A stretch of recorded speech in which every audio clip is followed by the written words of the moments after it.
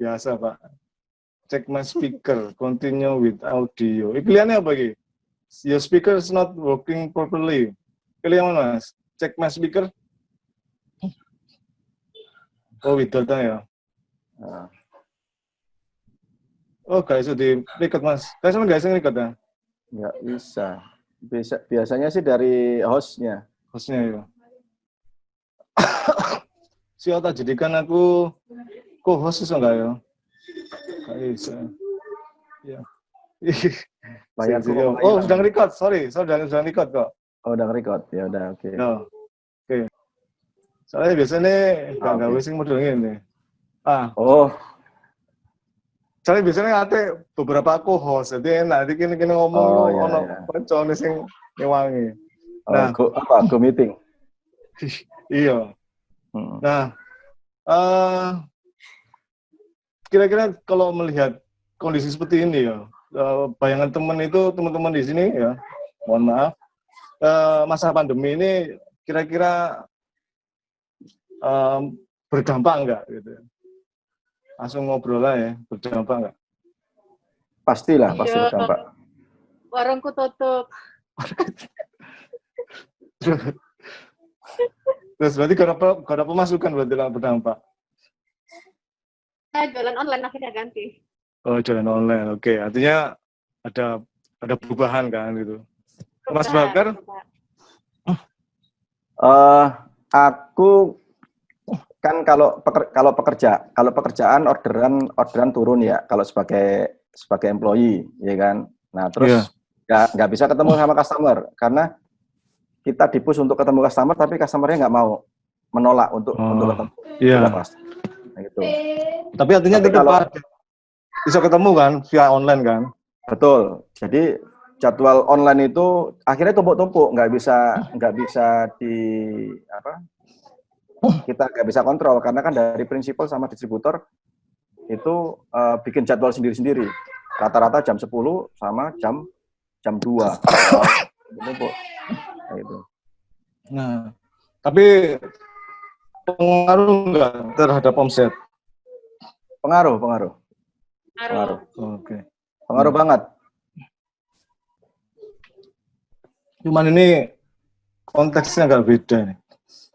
Kan kebetulan kalau kemarin saya beberapa minggu yang lalu itu juga sempat diminta untuk nge-share di jaringan apoteker lah.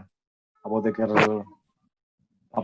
besar gitu ya. Jadi dan ternyata saya kasihkan datanya, ternyata justru mereka kaget kalau misalnya kebutuhan kan kesehatan kan lebih tinggi, harusnya mereka ketika jualan juga harus lebih tinggi. Namun mungkin kalau di selain yang kesehatan itu mungkin berpengaruh sekali, tapi artinya kebutuhannya itu tidak sebanyak ketika orang di di produk-produk kesehatan. Ini Mas, ini jalan nggak? Oh, jalan. Kelihatan. Sebenarnya kalau saya mengambil dari riset ya, itu kalau peningkatan pembelian ini kebetulan kemarin beberapa hari waktu itu tentang produk kesehatan ya, itu ada kenaikan yang cukup signifikan, jadi 3 kali lipat kalau kesehatan ya, dan itu muncul dengan istilah dengan adaptive shopper. Adaptive shopper itu adalah para pembeli yang dulunya belinya offline gitu ya, terus akhirnya berubah karena harus social distancing, terus harus mengikuti protokol kesehatan, itu maka dia harus beradaptasi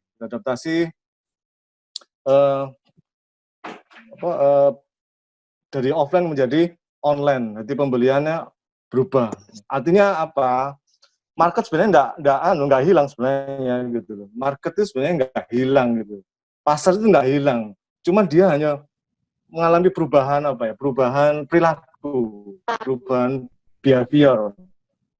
Pergeseran. Ya. Jadi sehingga bergeseran. Jadi yang Assalamualaikum. yang dulunya Waalaikumsalam. Absen ambil snack di depan ya. Ikutin aja ya, sambil jalan ya. Dari siap.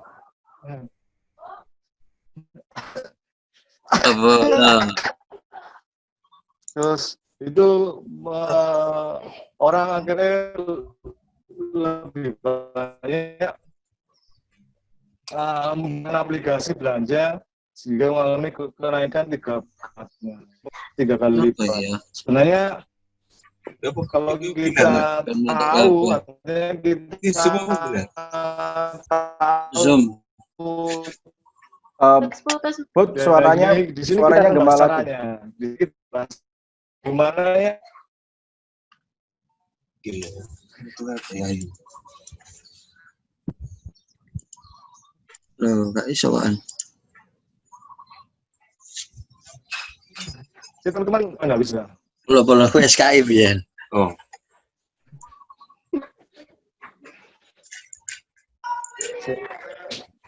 Teman-teman mohon di mute dulu ya. Halo, Bud. Suaranya sampean nggak kedengeran?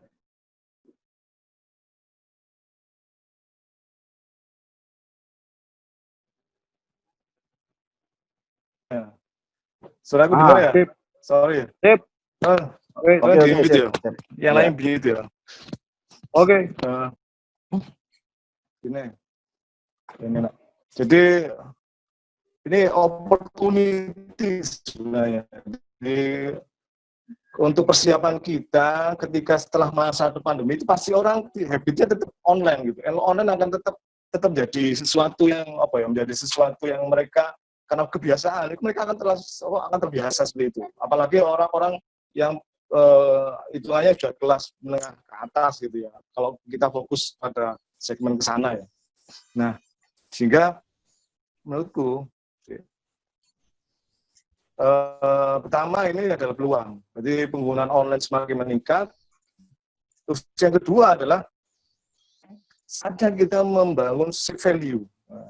Jadi value ini kenapa harus ada? Gak tahu teman-teman kalau membuat konten itu apakah memiliki value atau tidak? Karena value ini pengaruh juga. Jadi sebuah produk itu atau sebuah konten promosi memiliki value itu dia akan selalu membangun awareness, membuat orang itu senantiasa ingin mengikuti orang yang membuat konten itu, maksudnya mengikuti konten itu, karena bagi dia konten ini memiliki value, memiliki solusi, memiliki sesuatu yang dia butuhkan.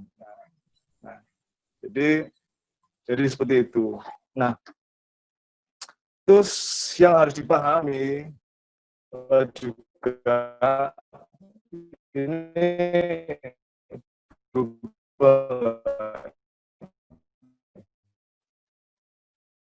berubah ya slide-nya ya.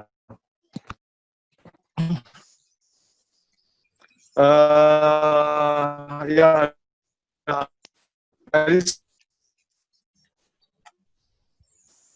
Sorry, pedot-pedot.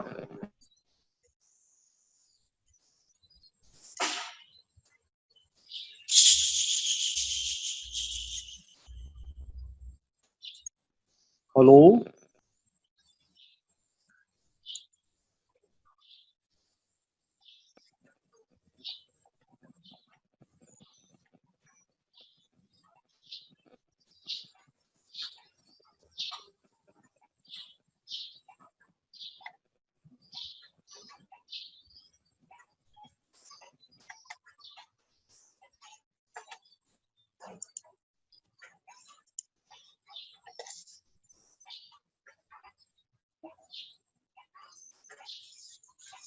Halo?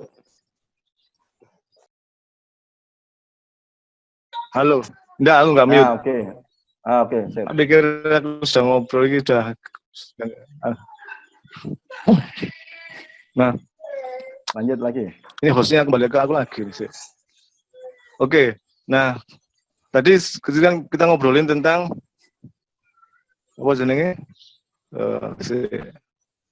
Kebiasaan after Make host, oke. pandemic. Yang menjadi perhatian, logiknya Google, Facebook, sama Instagram, sama Iya. konten update terus. Sehingga visual-visualnya apa, konten-konten yang sifat copywriting, terus konten yang sifatnya upload foto dan sebagainya itu, tapi dia lebih cenderung visual gitu. Pedot.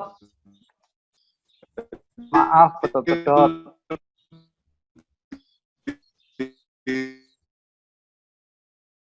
Sosial media lebih nyukai seperti itu. Kita geser ya. Apakah pedot-pedot? Tes. Suaranya pedot-pedot mau. Sekarang ya Pak, sekarang. Sekarang Oke. lebih baik. Lumayan. Menek wit klopo, Mas. Menek wit klopo ben enggak pedot-pedot. Kono kelompok lagi.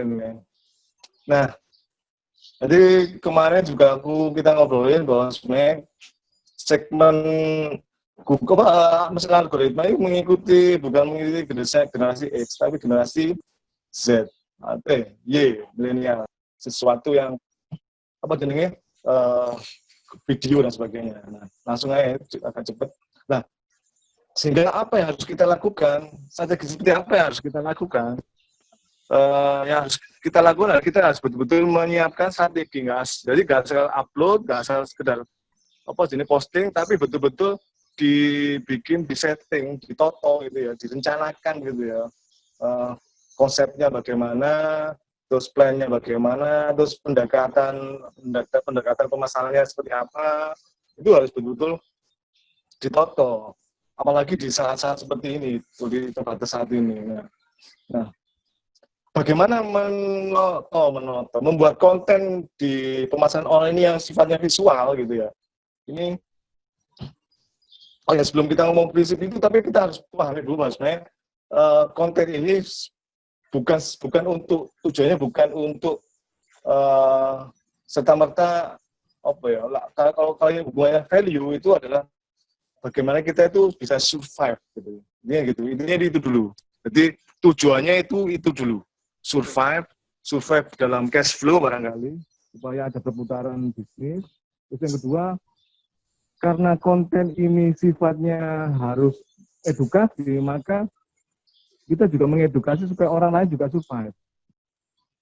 Artinya orang-orang yang konten kita harus mengedukasi supaya orang lain harus survive. Jadi survive yang tidak hanya pada diri kita sendiri, tapi juga survive untuk orang lain, target market kita, khususnya target market kita, sehingga mereka akhirnya merasa aware, merasa tertarik dan merasa bahwa kita dianggap sebagai solusi baginya gitu. Nah, lalu apa prinsip-prinsip kita strategi pemasaran digital ini? Saya masih mereview. Kalau kemarin itu kan kita masih 3 prinsip ya, tapi saya review lagi. Prinsip pertama adalah penasaran itu bikin pemasaran gitu ya. Terus yang kedua adalah masih do not sell educated gitu ya. Jangan sekedar jualan tapi beri edukasi gitu loh. Kasih edukasi gitu loh. Nah, terus yang selanjutnya adalah kalau seandainya Anda bikin konten itu orang semakin banyak merasakannya, manfaatnya, itu ya pastinya akan punya potensi untuk digemari. Nah, langsung prinsip pertama adalah penasaran membawa pemasaran. Artinya memang gini, gampangannya gini, kira-kira kalau teman-teman ini suka kepoin artis sekali gitu. Saya kira enggak lah, insya Allah enggak lah. Tapi orang yang kayak aktivitas artis itu selalu jadi objek, jadi habis gitu. Sementara kita ini dulu ya, kita mau habis ini. Nanti kita saya sebar lagi. Gimana? Lanjut. Udah tak perpanjang. Alhamdulillah. Mudah-mudahan bisa ya. Bismillah. Nah. Udah lanjut. Oke. Jadi orang Indonesia itu suka kepo gitu, orang Indonesia suka penasaran gitu, sehingga semakin penasaran itu semakin viral, semakin banyak yang pengen tahu dan sebagainya. Nah, sebenarnya itu kan kalau dalam apa jenenge artinya secara kultur seperti itu aja nih kita bisa memanfaatkan sebenarnya budaya seperti ini. Cuman kita dengan cara yang lebih baik, lebih positif. Jadi nggak sekedar sesuatu yang ngeprank dan sebagainya, tapi sesuatu yang bermanfaat, sesuatu yang memiliki value, sesuatu yang memiliki emosional, tapi emosional membawa energi positif. Seperti itu. Nah, kalau kita ngomongin artis lagi ya, biasanya kalau di komunikasi pemasaran itu ada teori bahwa sebenarnya setiap kali artis mau mengeluarkan dulu ya, mungkin sekarang enggak, kan dulu jarang orang.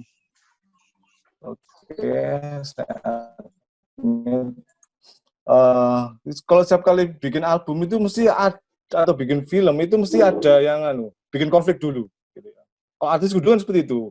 Wah, konfliknya rame, terus masuk di media massa, terus ujung-ujungnya album baru. Gitu. Nah, sehingga artinya apa? Mereka bikin konflik itu supaya mereka itu membangun awareness. Awareness itu membangun awarenessnya bukan awareness sih, interest ya, membangun ketertarikan sehingga orang itu semakin kepo, terus akhirnya produknya tuh ada mode-mode komunikasi pemasaran seperti itu. Tapi kita nggak seperti itulah.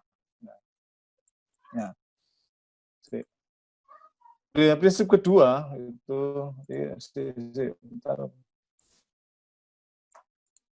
prinsip kedua itu do not sell educated. Artinya kita artinya kita bukan dalam kondisi ini, orang Indonesia itu pada akhirnya tidak mau dijualin gitu ya. Tapi dia itu mau sesuatu yang membuat dia itu terinspirasi, mencerahkan, jenis sesuatu yang menginspirasi gitu. Nah, itu. Nah, maka konten kita itu harus memiliki Nah, konten kita harus memiliki value, harus memiliki sesuatu yang berbobot, nggak sekedar posting gitu, tapi tidak memiliki makna gitu. Nah, tetap saya aku menggunakan quote yang kemarin itu, people do not buy good and service itu, they buy reason, stories and magic, punya Seth Godin. Artinya produk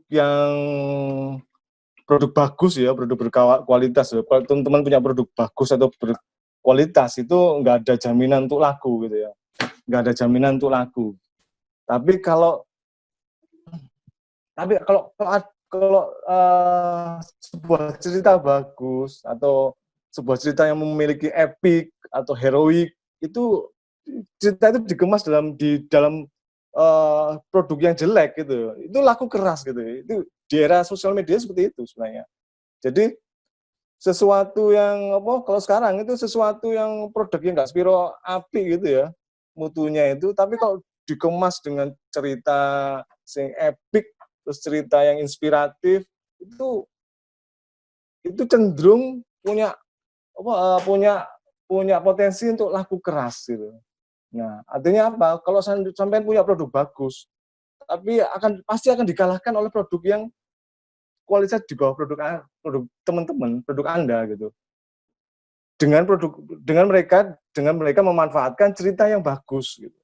Nah, tapi kalau seandainya produk sampean bagus, tapi dikemas dengan cerita yang bagus, cerita yang epic, cerita yang inspiratif, berbobot, memiliki value, itu pasti laris manis daripada produk yang jelek. Karena orang akan merasakan, tidak hanya sekedar merasakan kontennya, tapi juga merasakan produknya. Gitu. Nah, maka timbul istilah konten kreator. Jadi konten kreator ini adalah bagaimana mengemas sebuah cerita ke dalam sebuah produk. Nah, jadi harapan saya teman-teman UKM di sini, maksudnya maaf ya teman-teman, nggak tahu teman-teman ini pelaku UKM atau tidak selain Mas Sony sudah level tinggi Mas Sony ini. Nah, itu tentunya apa tadi? Tentunya itu tentunya teman-teman di sini nggak sekedar jualan saja, berbisnis saja, tapi bagaimana mengemas produk teman-teman yang produk teman-teman. Sopo iki?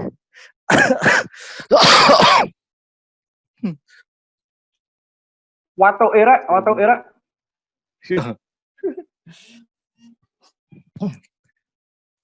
Oke, lanjut ya. Mas, boleh tanya nggak, Mas? Belum. Boleh tanya? Belum, nanti tak. Oh, turun ya? Belum. Oh. Ini artinya sampean dituntut menjadi sebuah konten kreator. Jadi nggak sekedar jualan, nggak sekedar bikin produk, tapi bagaimana Anda juga membuat konten yang itu bagus, yang epic, sehingga itu akan membungkus produk teman-teman di sini. Sampai nunggu prinsip yang ketiga ya, Mas Ambia ya, Mas Paijo. Paidi atau Paijo? Paidi, saya ini Paidi. Nah, maka pentingnya sebuah produk itu dikemas dengan sebuah value. Nah, jadi value ini akan memancar gitu ya, membuat orang akhirnya sorry. Kayak apel hitam-hitam gini tiba-tiba ada apel yang emas gini kan kayak sesuatu yang berbeda, sesuatu yang menarik gitu ya. Jadi value itu seperti itu. Dan sesuatu itu mempengaruhi emosi kita. Entah itu dengan apa sih ini, bertanya apa sih ini, atau wih keren ini, atau jadi ada sesuatu yang menggerakkan kita, atau pengen melakukan sesuatu lah seperti itu. Itu value. Suaranya gema lagi, Bud. Wing.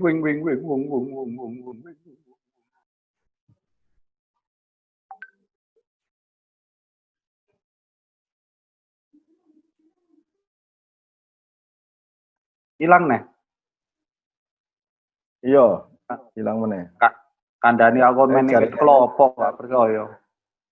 Main kelopo.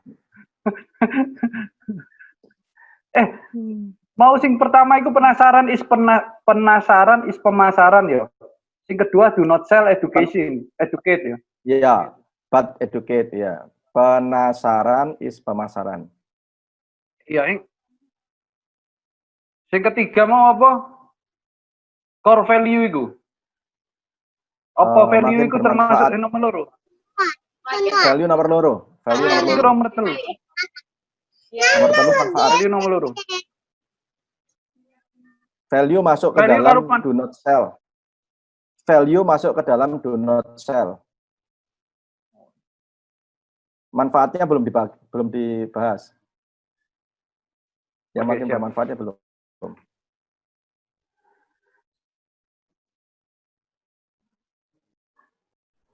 Duh, kok hilang kabeh? Halo, tes. Saya dengar? Ya. Oh, iya. Oke, lanjut, Bu. Nah, musuh kita itu satu. Jadi ini ibaratnya konten, contoh ya. Musuh kita satu. Semua sepakat bahwa musuh kita adalah COVID-19 dan bagaimana caranya kita juga harus berupaya untuk melawan COVID-19 ini.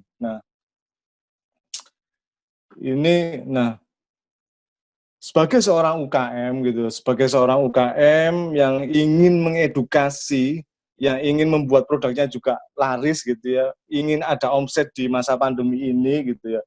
Itu sebenarnya harusnya dalam kondisi pandemi seperti ini itu bukan sekedar serta-merta ya semata-mata ya itu hanya untuk mengejar omset gitu ya. Tapi tadi seperti yang saya jelaskan bahwa ini ada opportunity untuk memberikan value. Nah, tugas UKM atau konten kreator itu memiliki peran penting untuk membela negara. Paham di sini maksudnya? Kenapa harus membela negara? Ada apa dengan membela negara? Kalau seandainya konten Anda itu bisa mengedukasi banyak orang bagaimana menjalankan protokol kesehatan, bagaimana bisa menjaga semua orang bisa Anda edukasi, semua orang bisa menjaga kesehatannya, terus menjaga imunitasnya. Nah, ketika masyarakat ini semakin sehat gitu ya, artinya negara ini juga semakin kuat. Paham di sini ya? Paham ya? Paham di sini ya? Artinya ya ini konten yang melalui value seperti ini. Jadi Anda sebagai UKM itu adalah mempunyai tugas besar, punya peran penting, peran besar yaitu dengan membela negara. Yaitu kata kunci bela negara ini memiliki value. Jadi kata kunci bela negara ini memiliki, sehingga orang akan tertarik loh. Iya ya, orang akan tergerak, orang akan terinspirasi. Oh iya ya. Jadi gak serta-merta aku mencari omset, tapi loh, aku juga bergerak, aku juga punya andil loh untuk membela negara gitu. Nah, itu kan ada edukasi seperti itu. Ketika orang teredukasi seperti itu, orang kan pengen tahu tentang Anda juga gitu. Nah maka seorang tugas UKM itu harus memiliki jiwa patriotisme. Kalau dulu kita membayangkan tentang kepahlawan yang itu hanya lewat sebuah cerita tentang 10 November, Hari Pahlawan, terus dan sebagainya, itu hanya cerita dari video, dari film, dari buku, atau dari pelajaran. Saat ini itu patriotisme itu dibutuhkan. Nah, patriotisme dibutuhkan untuk membela, mempertahankan negara.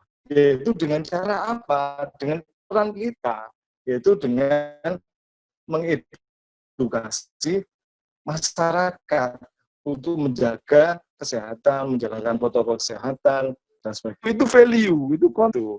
Ada contoh lagi value ini seperti ini.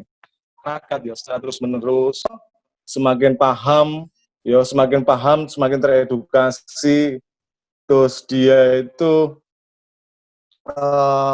dari masyarakat yang pertama itu Anda berhasil mengedukasi, konten Anda mengedukasi terus-menerus di sosial media, di platform sosial media dan sebagainya. Terus orang-orang ketika Anda tertarik dengan edukasi Anda, 1.000 orang yang tertarik dengan edukasi Anda gitu ya. Itu bayangkan, itu ketika orang-orang tersebut itu bisa menjaga kesehatannya, terus menjalankan protokol kesehatannya, terus juga menjaga imunitasnya, itu bayangkan itu seperti ketika dia ngikutin edukasi Anda, itu ada, saya yakin itu amal jariah itu akan mengalir ke Anda. Nah, artinya apa? Ketika orang melihat, 1.000 orang melihat sosial media yang Anda, promo edukasi Anda di sosial media itu, terus membuat orang tergerak untuk mengikuti edukasi Anda, maka 1.000 pula amalan jariah itu mengalir ke Anda. Dan kalau tiap hari 1.000, itu bayangkan, tiap hari 1.000, wah, itu luar biasa. Amalan jariah itu akan mengalir terus. Nah, ini salah satu bentuk konten yang memiliki value. Ada memiliki value, memiliki sesuatu yang berbobot. Bukan kaleng-kaleng. Kalau ngeprank kan kaleng-kaleng, tapi yang memiliki sesuatu yang membuat orang itu, oh iya. Oh. Nah, entah nanti responnya apa, tapi dia tergerak. Emosinya tentu emosi yang positif.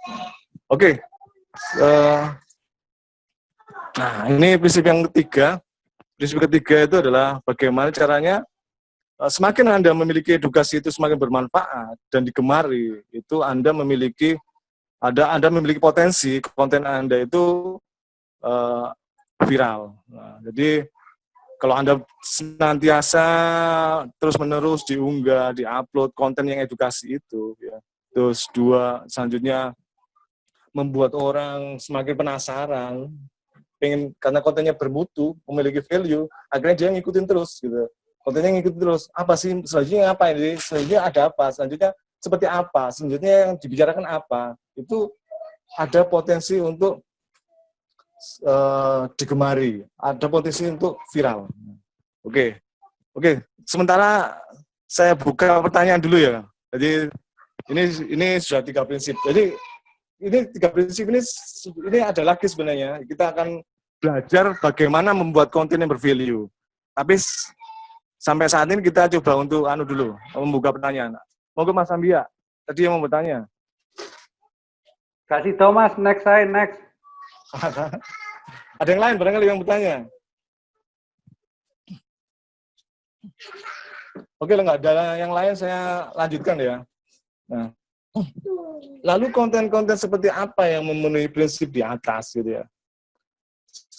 Konten-konten apa yang memenuhi prinsip di atas itu yang pertama konten video. Jadi sekali lagi ya, tadi kan kita ngomong di awal kita ngobrolin tentang algoritma Google, algoritma Facebook itu mengalami perubahan. Makanya ada IG Live, Facebook Live itu kan sebenarnya untuk perubahan itu mengikuti pasar, mengikuti user. Maka konten yang disukai adalah konten video, konten live yang tentunya juga memiliki value gitu ya. Memiliki value. Jadi memiliki sesuatu yang membuat orang tertarik, membuat berbobot bagi orang itu atau memberikan solusi. Nah, terus lalu bagaimana membuat konten yang bervalue itu, konten video yang bervalue? Pertama, Anda harus memiliki pesan utama yang kuat. Terus yang kedua adalah emosional banget. Terus yang ketiga adalah ada ajakan yang menggerakkan. Nah, kita di sini kita akan belajar. Kita akan belajar. Stop dulu, Bud. Sampai sini, Bud. Diresapi dulu, Bud. Oke. 1 menit. Terburu-buru kah aku ngomong? Enggak, pada bagian-bagian tertentu yang menjadi bold-nya itu mesti ada jeda dikit lah. Oke, siap. Kayak ini mesti.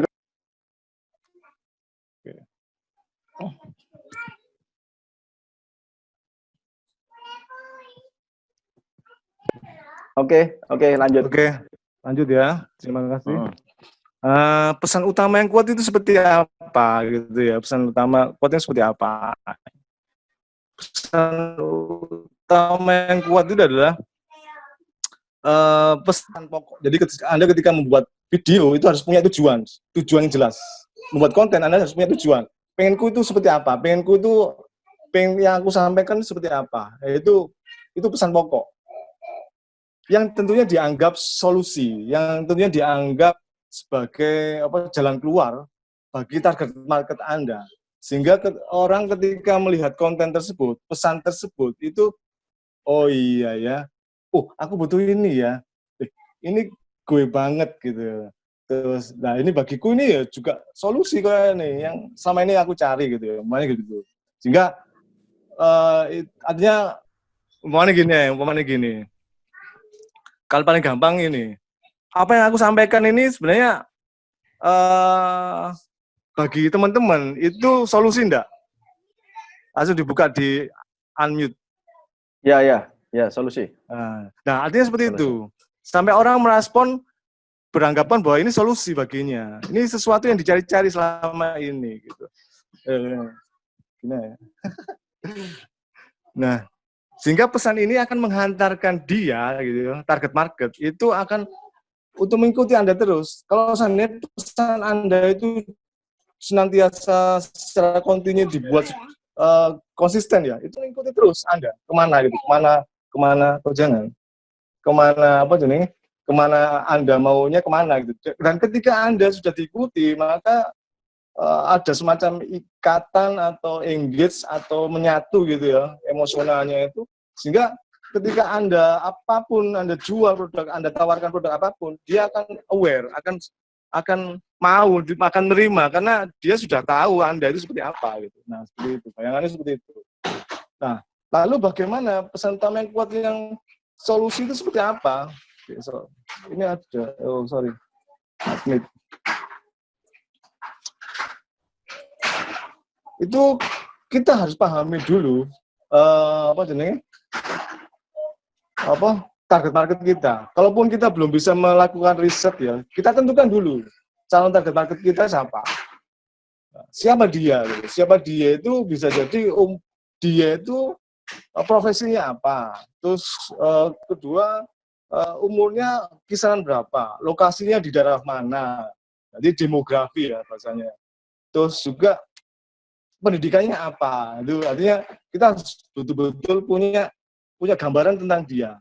Kalau kita belum punya gambaran, tentukan dulu, baru nanti di riset. Nah, tentukan dulu. Terus selanjutnya adalah kebutuhannya. Kebutuhannya apa? Kebutuhannya yang saat ini berhubungan dengan produk Anda itu apa? Kalau produk saya itu adalah digital marketing, maka kebutuhan orang-orang terhadap market saya adalah bagaimana jualan secara online, kan gitu kan ya. Nah, solusinya apa? Saya tentunya akan berbicara tentang tips-tips tentang digital marketing, tips-tips untuk membuat konten yang memiliki value, tips-tips untuk membuat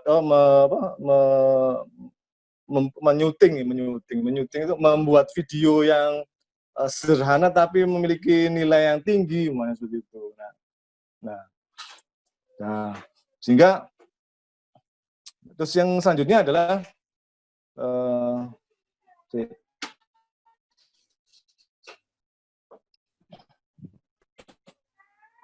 konten Anda harus memiliki emosional. Yang dirasakan oleh si mana yang nonton, yang menyaksikan, yang menikmati itu harus dirasakan. Dan itu harus didesain, nggak sekedar bikin upload, tapi harus didesain. Kira-kira aku pengen dia terharu, aku pengen dia gembira. Coba teman-teman kalau lihat konten-konten yang viral itu pasti emosional banget. Entah itu kontennya Mardiku, MW, Mowik ya. Itu kan pasti kan ada sesuatu yang kayak geram gitu ya. Pengen lapor. Nah, ini sesuatu yang membuat kita tuh pengen emosinya kayak emosi kayak mangkel enggak, tapi emosi sesuatu karena ternyata kita dikibulin gitu. Ternyata kita salah ya selama ini. Artinya seperti konten-konten yang viral pastinya seperti itu. Nah, itu Anda bisa teman-teman kalau ngikutin kontennya Bosman pasti tahu lah. Jadi nanti bisa apa yang saya sampaikan bisa dijadikan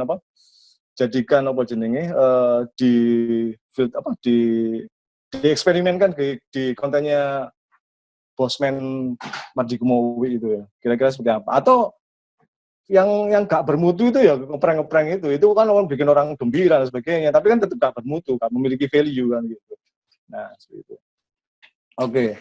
Terus selanjutnya, ini salah satu saya kasih contoh ya. Jadi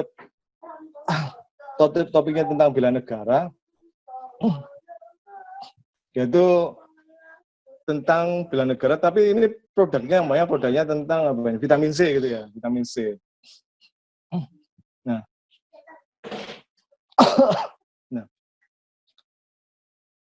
topiknya pesan utamanya adalah bela negara. Jadi dalam kondisi pandemik seperti ini, ibu itu mempunyai peran penting loh sebagai sosok yang bisa membela negara. Gitu.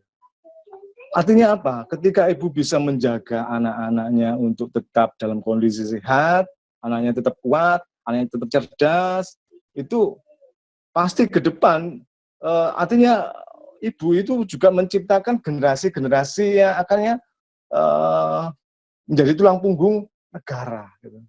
Nah, karena apa? Negara yang kuat itu dibutuhkan oleh generasi yang kuat juga. Generasi yang kuat itu tulang punggung negara. Jadi seperti itu. Sehingga menjaga kesehatan anak-anak adalah salah satu bentuk membela negara. Maka biasakanlah kita untuk mengikuti protokol kesehatan, terus mengkonsumsi vitamin, terus yang menyehatkan, terus meningkatkan tubuh. Nah, sediakanlah selalu vitamin C di rumah untuk menjaga imunitas anak-anak kita. Nah, langsung promo produk vitamin C. Nah, ini contohnya seperti itu. Jadi jangan rame-rame. Jadi apa? Artinya menurut teman-teman ini memiliki value apa tidak? Tapi bagi saya itu memiliki value. Karena apa?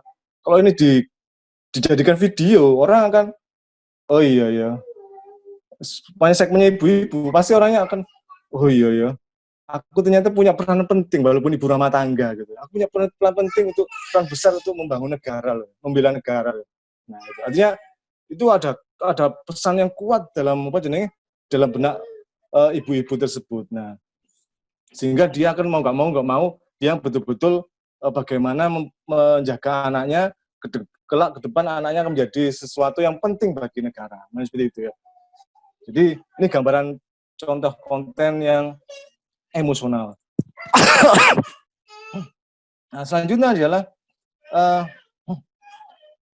ajakan. Jadi tadi yang pertama adalah pesan utama, kedua ada emosi, terus ajakan. Kalau bahasa orang-orang digital marketing atau orang-orang konten kreator itu ada istilah call to action. Ini ajakan yang menggerakkan.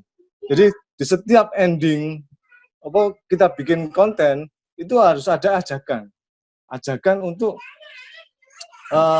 dia untuk bergerak, ajakan untuk dia untuk mengambil keputusan. Nah, itu sesuai dengan tujuan kita. Jadi maka tujuan kita harus dipenuhi dulu. Kita harus menentukan dulu tujuan kita itu apa.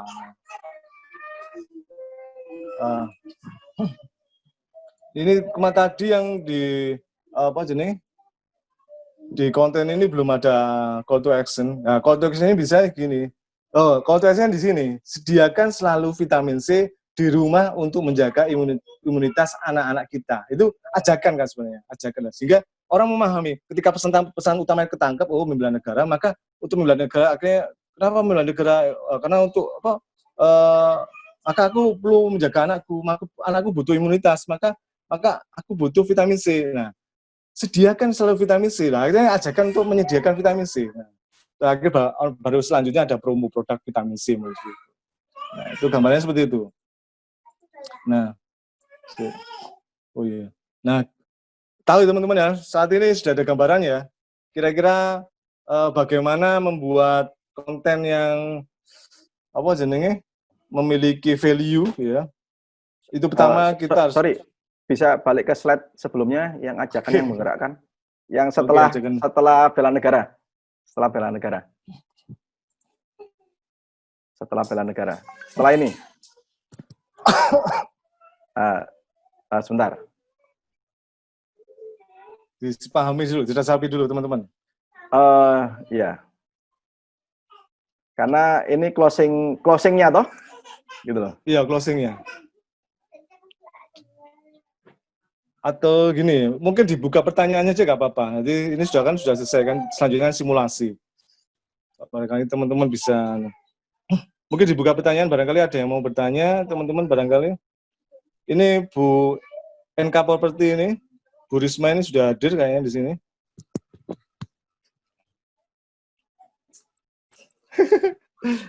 Nah, itu katanya Mas Ambia Bu Risma. Katanya Mas Ambia Bu Risma itu properti lagi lesu Bu Risma. Apakah betul Bu Risma?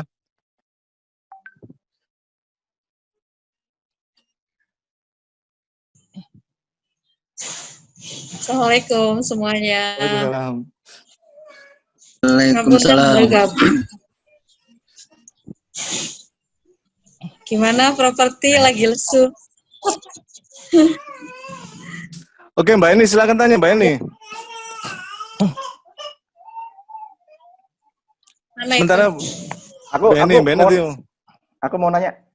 Oke, boleh Mbak. Saya juga mau tanya. Silakan tanya-tanya sebanyak-banyaknya. Ya, agak beda sih. Kalau ini kan mana yang lebih baik antara branding personal dengan branding produk atau subjek. Jadi misalnya kita kan produk itu kan nggak perlu berupa barang juga kan.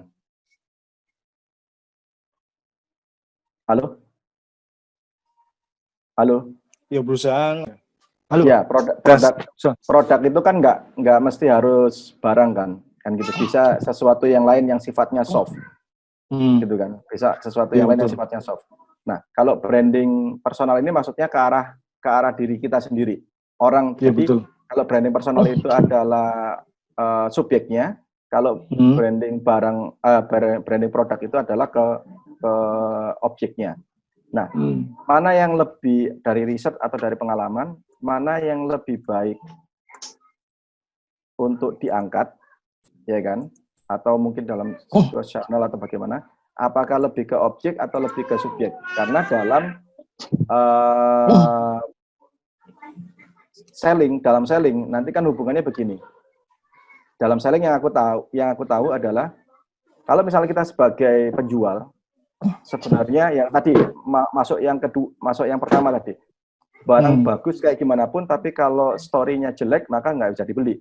Tapi kalau barang jelek, kemudian story-nya bagus, ya kan, maka itu akan beli. Artinya ini kan ke sisi objek, ke sisi subjek itu lebih dominan. Betul, Ya kan? Artinya siapa saja, bahwa aku misalnya sebagai orang penjual, apa aja yang aku jual, ya kan, itu orang-orang tetap akan ngikutin aku, akan pasti laku. Kayak gitu, ya kan, pasti laku aja. Ya, betul. Jadi misalnya aku sekarang kerja di pabrik HP misalnya. Iya, betul. Di pabrik HP. Kemudian aku pindah ke Lenovo, ya kan.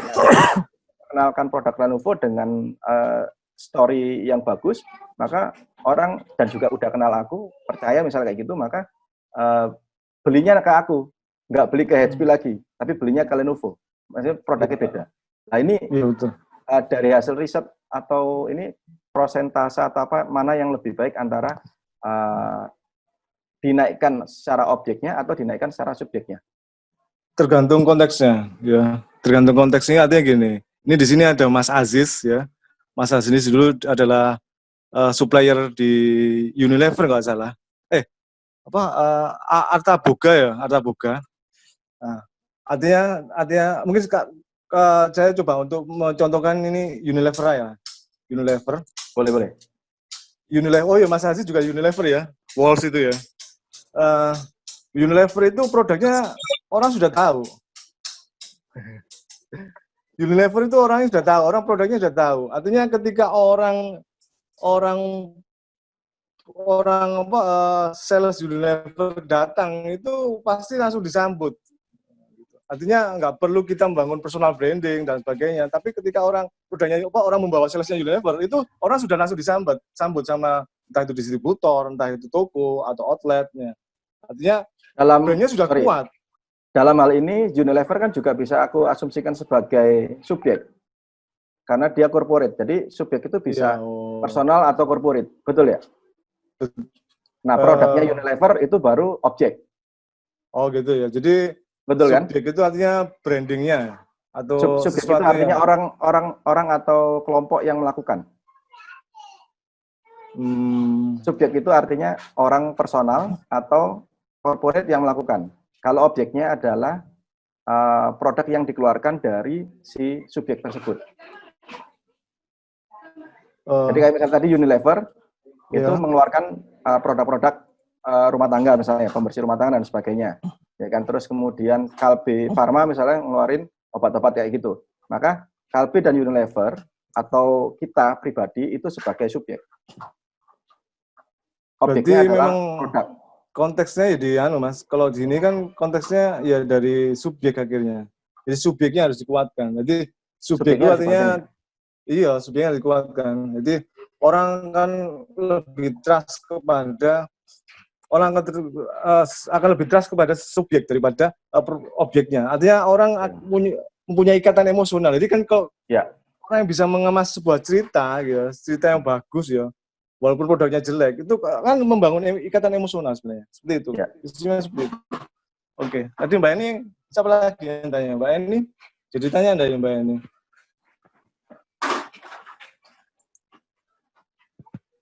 Nggak tanya.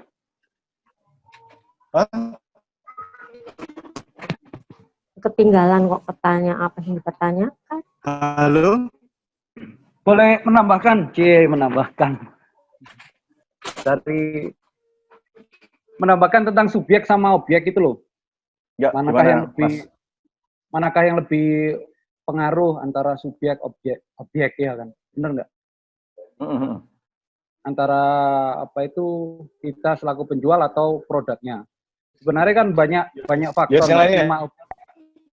Maksudnya kan nggak cuma subjek dan objek aja yang perlu kita pertimbangkan. Contoh gini, tahun piro ya? Lipovitan, tahu nggak Lipovitan ya? Iya. Lipovitan itu salah satu produk minuman berenergi yang pertama kali ya kan? Dengan Ya, sisi betul. branding perusahaan PT Taiso, itu PT terbesar di Jepang ya. Iya. Produknya bagus, objeknya bagus, subjeknya bagus, bener nggak? Betul. Ya itu Karena sama-sama apa kerating bagus. deng waktu itu. Tapi enggak, Taiso dulu, Lipovitan Taiso dulu ya. Oke. Taiso dulu. Cuma posisinya waktu itu kalau tadi antara cuma subjek sama objek, kurangnya itu di pemasaran. Jadi kita punya brand bagus, punya produk istimewa, tapi ketersediaan barangnya nggak bisa memenuhi kebutuhan masyarakat, itu sama juga bohong. Contoh, Taiso yaitu dulu dipegang Enceval, brandnya bagus, perusahaannya bagus, marketingnya ganteng-ganteng seperti saya, marketingnya waktu itu. Mantan aneh, mantan es. Nggak, DC kayak gitu, saya kimbo. Tapi wah, iki ya dodol awak iki, jual diri. Kalau marketing kan jual diri dulu. Kalau jual diri iso dodolan berarti dodol produknya lancar ngono masuk.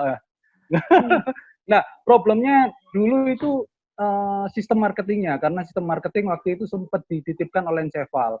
Sedangkan sistem marketingnya, sistem pemasarannya Krating Deng, dia langsung ke tempat-tempat warung-warung, toko-toko, swalayan. Sedangkan Lipovitan di apotek. Jadi kesimpulannya subjek dan objek itu bukan faktor utama mengegulkan suatu produk untuk laku. Tapi sebenarnya banyak faktor yang perlu kita lihat. Salah satunya yaitu tentang pendistributoran. Contoh anggaplah distribusi itu. Ya, pendistributoran. Contoh salad buah pawon dini itu enak, istimewa, ya kan? Cuma karena kondisinya di kota, di desa, di pendistribusian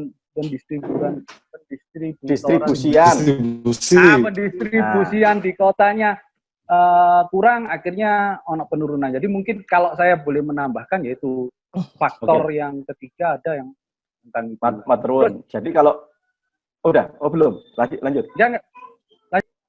Jadi kalau bisa tak simpulkan kan tadi itu memang tak pangkas ujung ketemu ujung, end to end-nya. Ada subjek, ada objek, ya kan? Di mana ada pelaku dan ada target pasar. Nah, marketing di sini kan masuk ke dalam tools metode untuk bagaimana si subjek menyampaikan ke objek tersebut kepada target pasar kan kayak gitu. Gitu. Ya, oke. Nah. Artinya subjek artinya personal brandingnya ini dinaikkan dulu, ya kan? Artinya personal brandingnya dinaikkan dulu, ya kan? Kemudian dikemas dengan metode how to selling-nya yang bagus, ya kan? Iya, betul. Tadi itu spesifikasi target market dan sebagainya, termasuk kualitas dan sebagainya untuk bagaimana produk ini bisa nyampe ke customer gitu ya. Oke. Iya, betul. Jadi sebenarnya ini kalau ngobrolin tentang pemasaran itu kita masih lingkup yang sangat kecil ya tentang ini ya. Jadi ini kan konten di mana? Bikin konten di sosial media sebenarnya di internet. Jadi kalau distribusi itu nanti lingkupnya lebih luas lagi. Jadi kan memang pemasaran ada distribusi, ada promosi, terus ada satu lagi apa namanya? Jadi kalau nggak salah ada 3 atau 4 gitu ya. Jadi distribusi, promosi, terus apa gitu. Nah, kita ini di promosi sebenarnya. Jadi kita ini masih di lingkup promosi, bukan ngobrolin tentang. Jadi lingkup kita di promosi ya. Seperti itu. Sampai barangkali ngobrol sampai sebanyak-banyaknya mau putus ini. Mas, aku mau tanya. Beberapa konten kan tadi mempunyai prinsip-prinsip misalnya pesan utama yang kuat, emosional banget, terus ajakan menggerakkan, ya kan?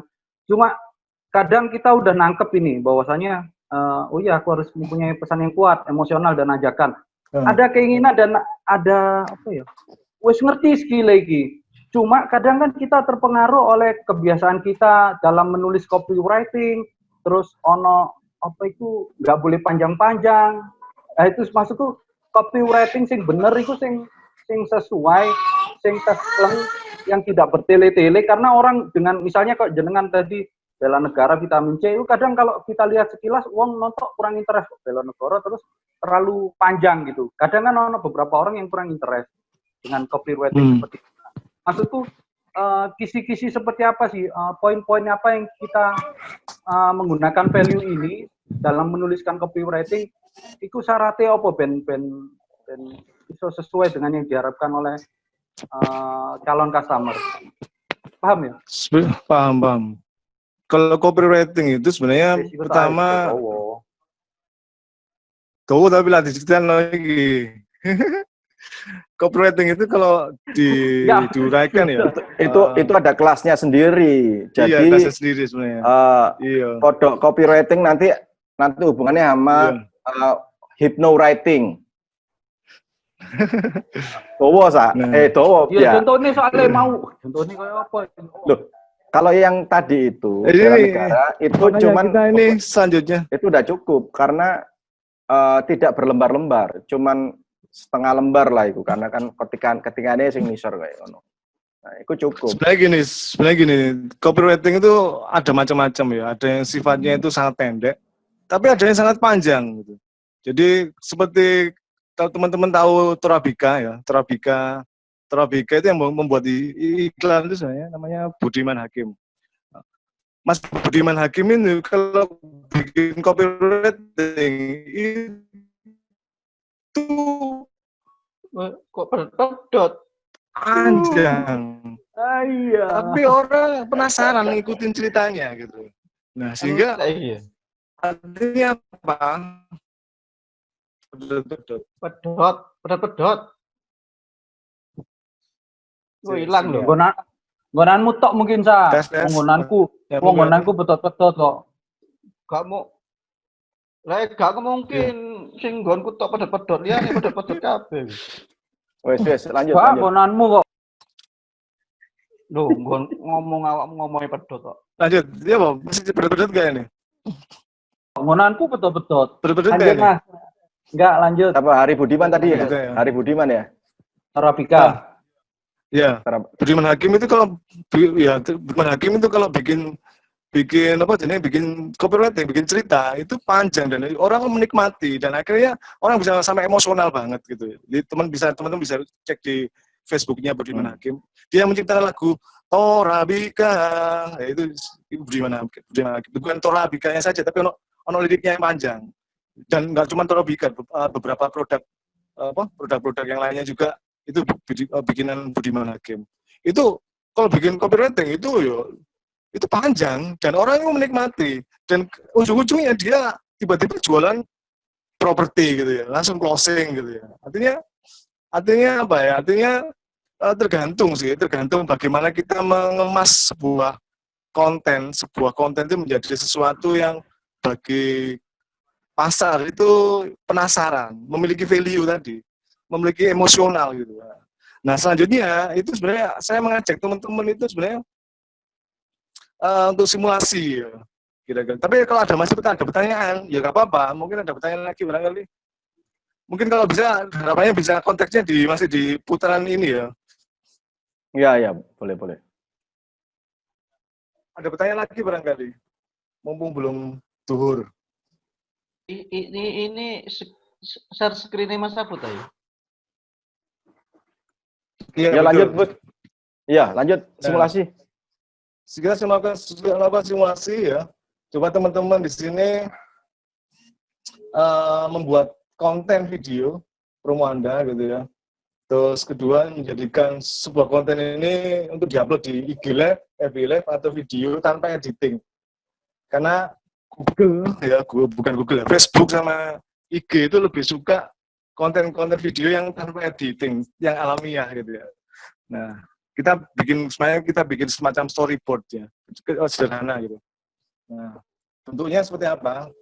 Bud, balik lagi ke tadi, Bud. Slide sebelumnya. Ini. Iya. Live.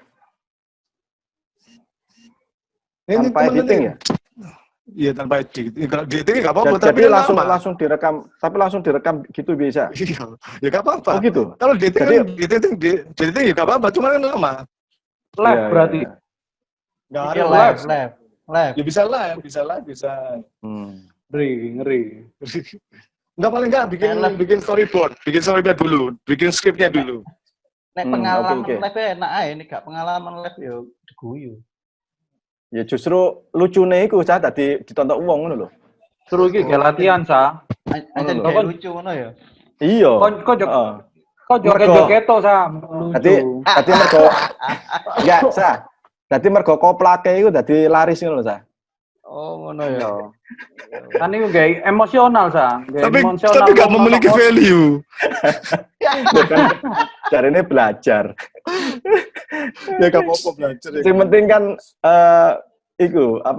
audiens melihat datang gitu. Iya. Sepentingnya ngelakoni dhisik, make it carry. Iya. Connect. Iku Bang Biak yo. Aku. Oke, lanjut. Tapi materi ini tetap tak kirim ya, tetap tak kirim ke teman-teman. Jadi jangan khawatir. Mungkin juga recordingnya juga. Jadi ini ya, mungkin ini jadikan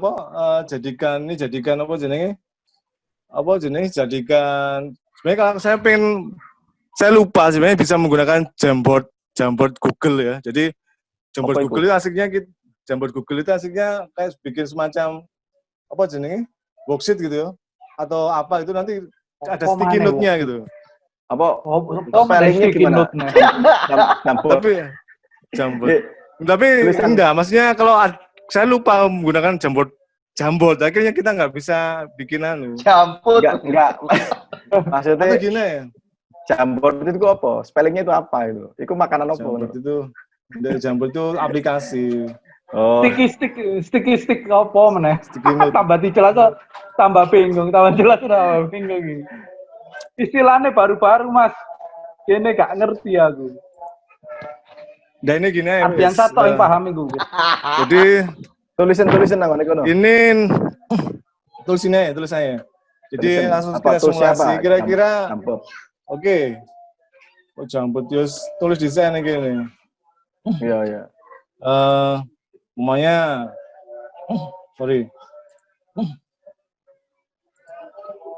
umur sekitar 24, ini menjelang duhur ya, Bre? Terlagi duhur ya. Ini produknya apa dulu yang akan simulasikan ini? Terserah retail tuh, barangnya Ambiak gitu. Barangnya Ambiak daster. Iya, ojo no. Kamu apa ya? Iku ayam taliwang ambe taliwang itu kira-kira siapa target marketmu ya? Wanita pasti nih, ibu rumah tangga. Ibu-ibu rumah tangga, oke.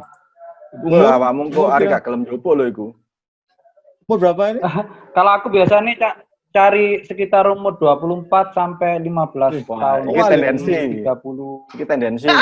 24 sampai 3. Ini tendensi. Enggak, kalau iklan itu aku ngono. Pas 15. Spele 15, 24 sama 38. Bojo nom. Salah tae salah. Taliwang bingung kok. Oke, salah umur dua ya, segini. Mas. Oke. Terus pendidikan mana gitu? Pendidikan? Kalau aku biasanya pendidikan gak cari sing wis lagi umur 23, anggaplah lulus S1 ngono. Karena kan umur 24, 23 itu dhewe iso golek duit dhewe lah kasarannya. Lulus S1 lah. Jadi dia sing pengambil keputusan ya? Iya, pengambil decision maker. Ya, oke. Terus budget belanjanya biasanya berapa? Yo sekitar 50.000 karena aku nggak promo pembelian 2 pack itu 50.000. 50.000. Hemat 10.000. Oke. Terus prinsip hidupnya? Prinsip hidupnya apa? Yo sehat lah. Sehat cantik. Sip. Kalau wanita kan paling sehat cantik terus. Gimana lah? Emang kok gak salah? Emang apa gak salah, siapa yang ngomong salah? Aku cuma guyu toh. Aku ngomong salah toh, enggak toh? Cuma guyu ngono ae. Nah, kira-kira kebutuhan dari target market itu apa? Kalau aku di masa pandemik ini sistemku rada sedikit menakuti karena kebutuhan imun. Iya, kalau aku sistem marketingku ono 2. Jadi satu support, yang satunya menakuti. Menakutiku bahwasanya iki lho musim pandemik kon kudu konsumsi buah-buah yang punya asupan gizi tinggi, punya menjaga kebutuhan ya. Menjaga kebutuhan. Menjaga kebutuhan, menjaga kesehatan. Menjaga kesehatan, sistem imun. Sistem imun, memenuhi kebutuhan nutrisi, vitamin dan mineral dalam tubuh. Sip. Terus api loh ya. Kebutuhan nutrisi. Wong pinter, bos gede. Pakul sampel rek ngece. Bos gedean sepal. Gede sepal. Jadi ini bosnya Kalbi Pharma. Iya, bosnya Kalbi. Pakul sempol. Terus apa lagi? Direktur marketing Kalbi Pharma. Ya, Ambia. Ya memenuhi kebutuhan nutrisi, vitamin. Oke, ikut dong ya. Meningkatkan imun tubuh. Memenuhi kebutuhan gak serat. Butuh enak dah. Gak butuh enak. Ikut selanjutnya. Tapi kan ini kan soalnya misinya pandemik iki kan. Misinya pandemik. Jadi sing difokusno untuk kesehatan dhisik gitu loh. Atau enak baru berikutnya. Kan harus kesehatan juga. Kalau diekspor kan juga gak apa-apa. Enak namanya, atau mungkin kemudahan. Oh iya, kemudahan didapat, ya, kemudahan diakses. Dan lain-lain. Kali. Sing ngirim foto model. Oke. Foto model, pengirimnya foto model. Kok ditulis tenanan. Nah, solusi ambil saja salah satu solusi ya. Solusinya apa? Ya solusi ini semuanya itu ada didapatkan di salad pawon dini. Oh ya. Ngerti nggak? Karena dengan buah-buahan yang fresh dan lain-lain. Untuk menjaga kesehatan, butuh vitamin. Iya, menjaga kesehatan. Nutrisi. Semuanya ada di pawon salad dini. Salad buah pawon. Salad buah. Salad buah sayur. Sayur enggak ya? Ada sayur. Sayur ono. Kangkung. Sayur. Mbak ono kangkung. Biasa kangkung, salad dengan asem. Pecel. Kedawa, engko tambah ombo engko malan. Pecel ae singkat. Salad buah lah. Pecel gado-gado. Pawon dini. Oke.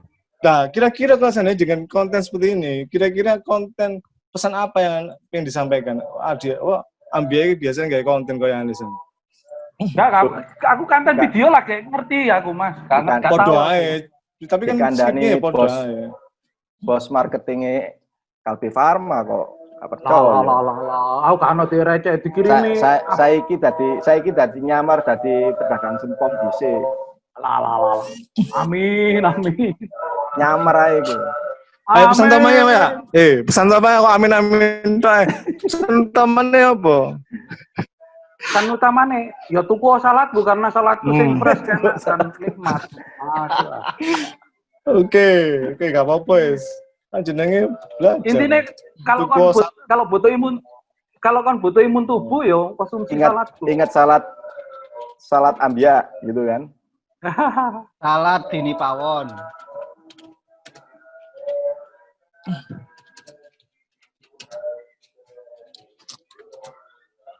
Salad dini pawon. Pawon dini ya? Dini pawon atau pawon dini?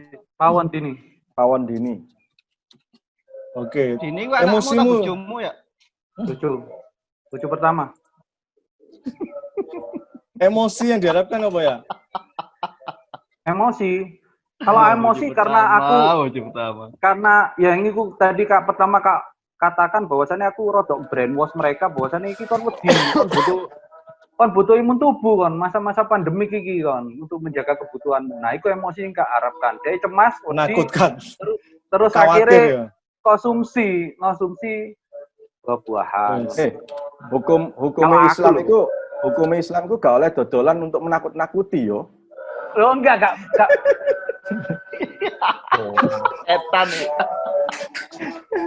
Setan nih. Gak apa-apa Mas, ini kan Mas belajar Mas. Kan gak contoh. Contoh. Gampang. Nah, kira-kira skripnya seperti apa? Loro kan, ayo, ndang tukul salat. Kelenger kamu. Skripnya seperti apa? Enggak, skripnya seperti apa? Jadi kalau manik langsung ayo. Ayo, ambil aja Mbak, ya Mbak. Bikin Mbak, iya. Mumpung durung duhur iki, nanti duhur iki tak tutup bareng ngene. Iya. Apa? Skripnya itu maksudnya kayak apa? Ya bikin kayak cerita narasinya seperti apa. Waduh, contohnya ono neng iku, neng iklanku.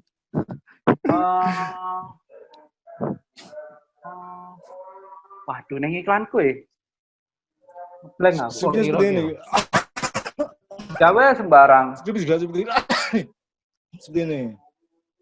Jadi teman-teman coba mengeksplor ya. Nanti apa video juga apa jenenge materi ini PDF tadi dalam bentuk PDF sama aplikasinya apa borangnya ya apa ya jenenge worksheet mungkin apa ya. Seperti ini nih jenenge worksheet, tabel. Ini akan saya share. Nah, nanti bisa teman-teman untuk mengaplikasikan, bermain sendiri. Nanti dari situ nanti coba teman-teman bisa ngajak saya untuk diskusi bagaimana mungkin minta butuh feedback atau mungkin apalah gitu mungkin. Jadi saya kira seperti itu. Nanti ini ada enggak? Apa di cancel dhisik? Dilanjutno mari salat. Wah, Modele Mas Abud gak fokus ya, San. iya. Soalnya omane cedek langgar deh. Iku takmir soalnya imam masjid. Iya, soalnya cedek langgar deh omane. Gak fokus sih modelnya. Tambah 5 menit, Bud. Tambah 5 menit.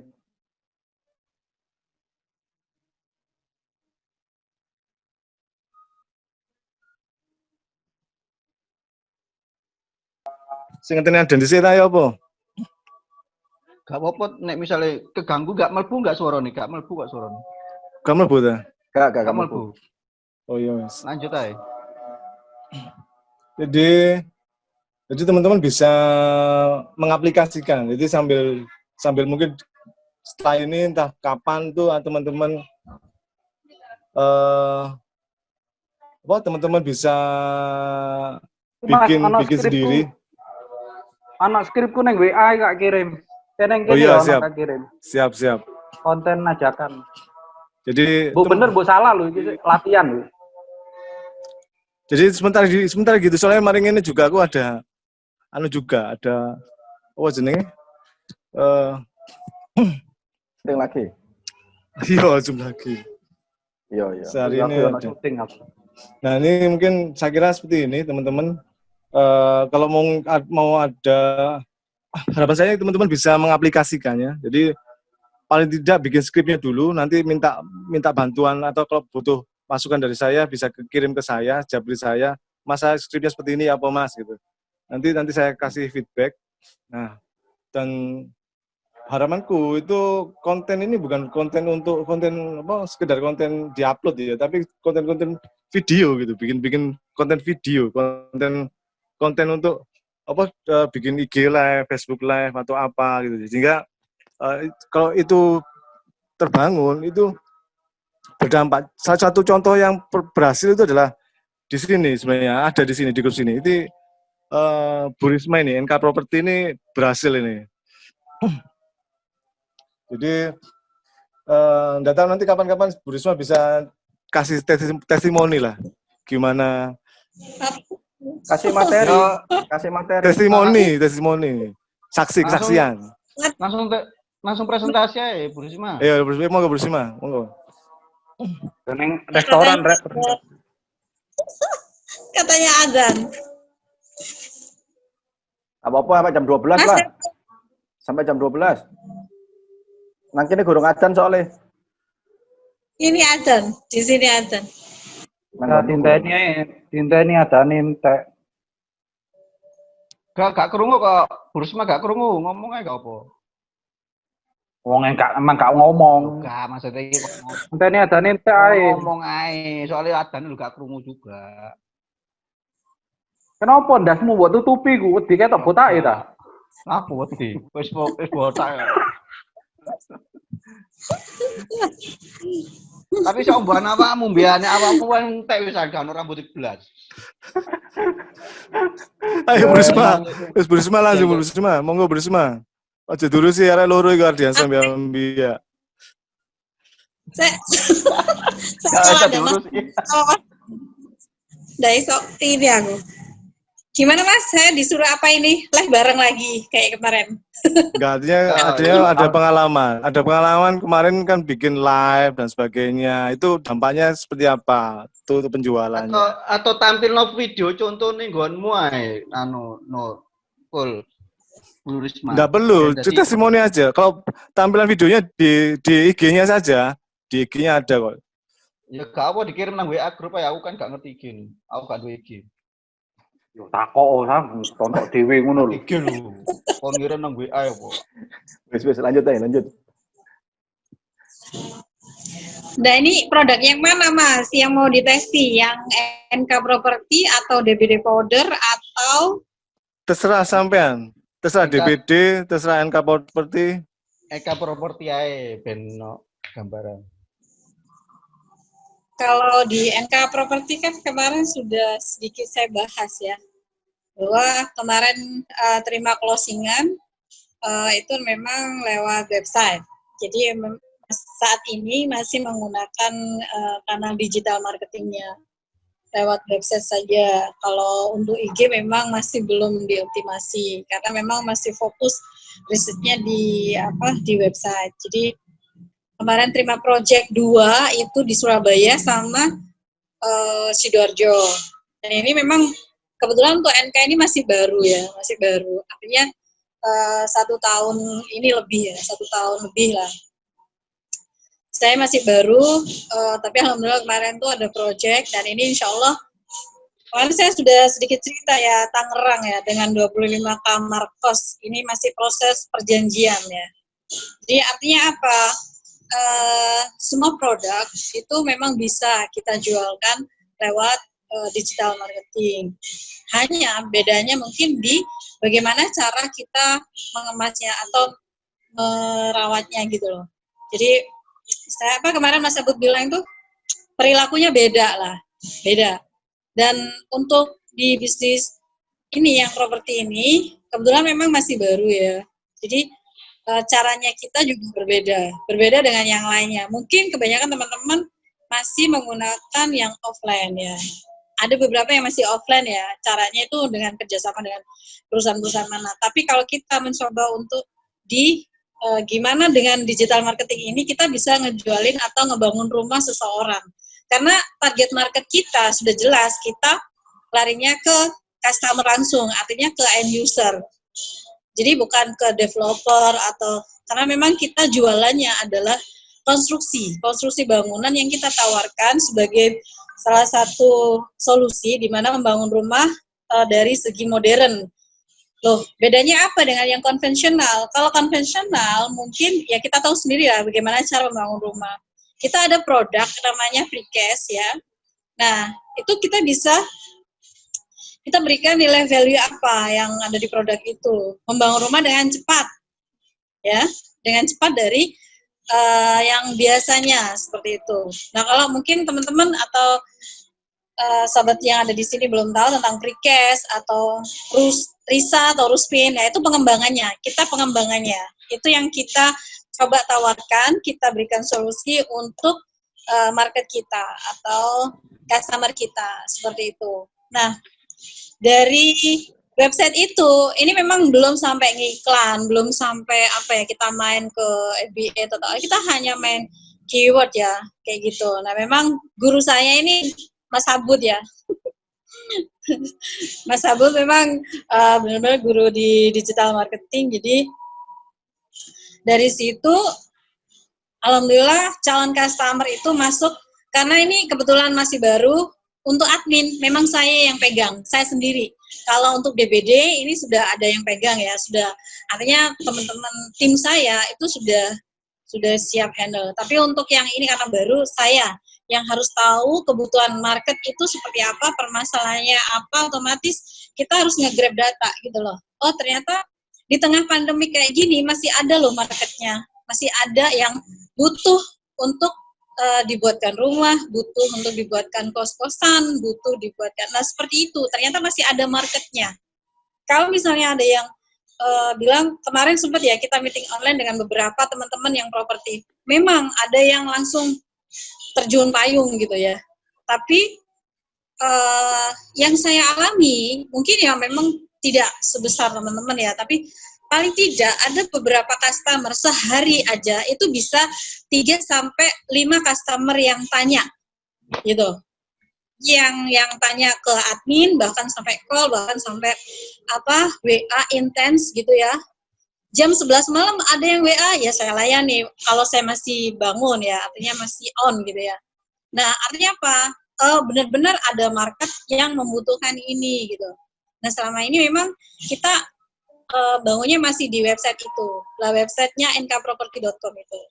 Nah, dari situ kita mengedukasi, otomatis ketika masuk ke admin, saya yang follow up. Saya langsung yang follow up. Jadi, memang bisnis prosesnya beda. Ini sangat beda.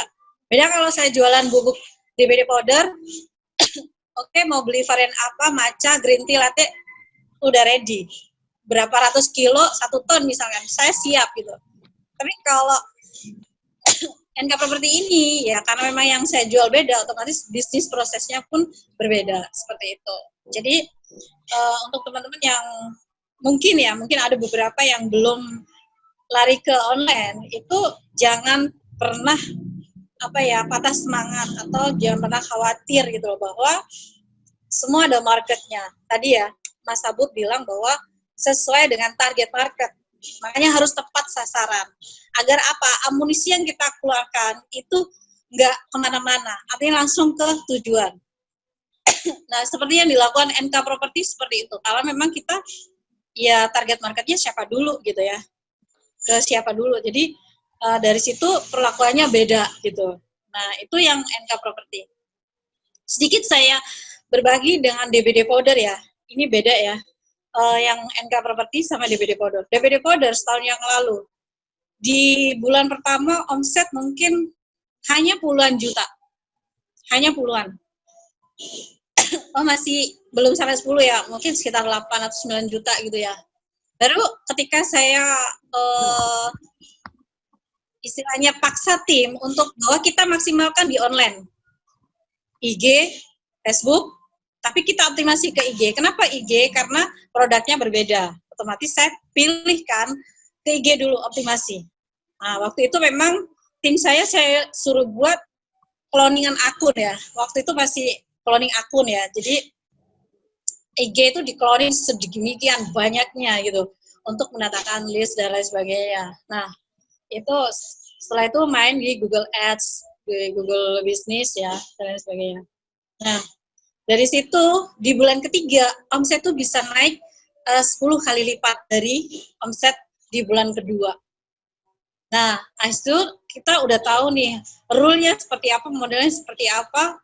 Saya mesti targetkan anak-anak, memang tidak mudah ya, karena ini juga naik turun. Tim saya juga ada beberapa yang mungkin belum bisa konsisten. Target sehari itu harus, story itu harus ada 10 macam. Bikin story-nya loh, story aja. Tadi yang disampaikan Mas Sabut memang sangat efektif, karena itu berdampak sekali. Karena apa? IG-nya DBD Powder itu sangat-sangat organik gitu loh. Jadi kita memang nggak sampai bisa harus beli follower dan lain-lain. Tapi memang kita bangunnya benar-benar di konten sama. Makanya saya sering live bareng. Live itu apa yang disampaikan Mas Sabut itu ya selama ini yang saya lakukan seperti itu. Nah, alhamdulillah sampai hingga ratusan untuk omset itu hanya jualan bubuk minuman loh ya. Tapi ya ternyata marketnya cukup luas sekali gitu loh. Nah, seperti itu teman-teman. Dan omsetnya itu melebihi pusat.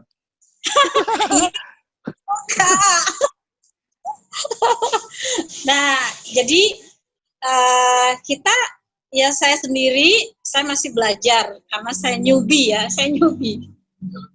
Saya masih sangat belajar, otomatis sempat kemarin saya sampaikan ke Mas Dokter bahwa siapapun yang saya temui ada satu ilmu di dalamnya. Ya mungkin dari Mas Sony, Mbak Ari, terus termasuk Mas Dian ya selama ini sudah membersamai teman-teman UMKM di digital marketing. Ada Mas Abiansa, ada Pak Paidi ya, ada Mbak Emi, Pak Paidi Sopo, Mas Ambia. Nah ada teman-teman yang lain seperti itu. Nah itu mungkin teman-teman sedikit testimoninya gitu loh. Karena bagaimanapun juga saat ini di kondisi pandemik ini untuk menghasilkan omset sekian tuh luar biasa. Tapi kalau saya ke anak-anak sekarang nggak perlu fokus ke target, walaupun sebenarnya ada target, tapi bagaimana kita bisa survive, kita bisa ada income masuk. Ini HP admin, saat ini admin saya liburkan, saya yang pegang langsung, dan ini ada closingan, mereka tidak tahu. Seperti itu Mas. Apalagi ya, mungkin dengan bertanya kali ya, atau sudah ya? Sudah, kita aja Mas. Terima kasih atas waktunya. Oke. Terima kasih Bu Risma. Bu Risma. Nah, teman-teman, saya kira apa ya? Mungkin kalau menurut saya, sebelum saya akhiri, kalau saya selalu memiliki value, memiliki makna bahwa sebenarnya seorang UKM ya, sepelaku UKM itu nggak sekedar jualan, tapi bagaimana dia juga membuat konten yang memiliki value.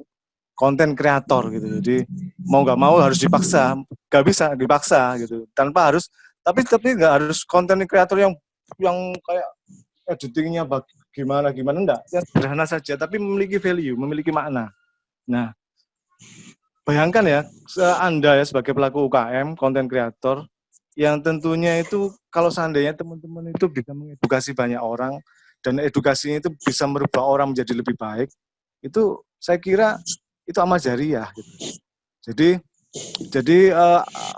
Jadi kalau kan teman-teman bisa mengedukasi lewat sosial media, dan sosial media itu bisa yang nyimak itu sampai viewernya sampai ribuan orang barangkali. Ya mungkin saat ini belum sampai ribuan, tapi ke depan kalau itu secara kontinu sampai ribuan viewernya itu tiap hari gitu ya. Bayangkan berapa ribu amal jariah yang akan mengalir ke Anda tiap harinya.